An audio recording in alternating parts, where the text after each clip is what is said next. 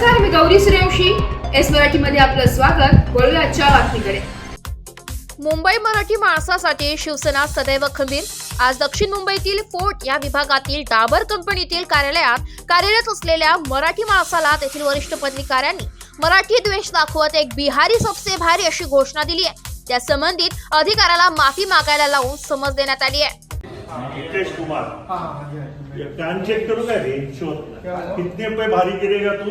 एक बिहारी सब पे भारी, कितने पे भारी पडेगा? अरे तू किती जणांवर भारी पडणार ते मला सांग आता. तू त्या पवारला बोललास एक बिहारी सब पे भारी, भाजप सरकार आलं म्हणून तुम्ही असं बोलणार काय? पूछो करायची ना मराठी माणसं. त्याला त्याला पाठव इथे. इथे पहिली माफी माग, इथे पहिली माफी माग.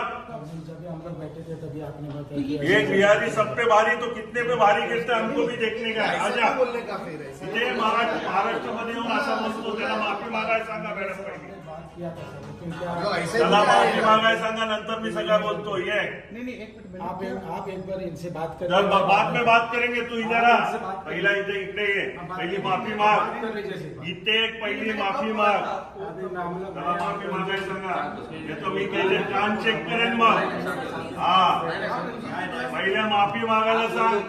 महाराष्ट्रामध्ये असं कधी अन्याय झाला नाही पाहिजे मराठी माणसावर. सर एक मिनिट बात आहे. पहिले तो मैंने बोला पहिला मराठीत येतो तुला? क्या मराठी येतं का? हा ये पुढे. मी काही नाही करत बोललो ना. मी तर सांगून करणार. मग त्याला मला तुम्हाला शोधायची गरज नाही. तू बाकी जो बोला छोड़ दे.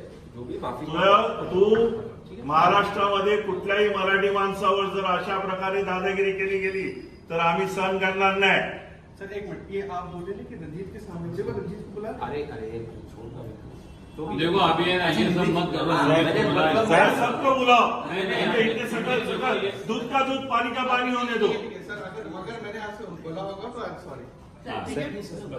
सर मी त्यांना समजावतो. समजावतो म्हणजे तुम्ही एवढी मराठी माणसं असताना आम्हाला यावं लागतं.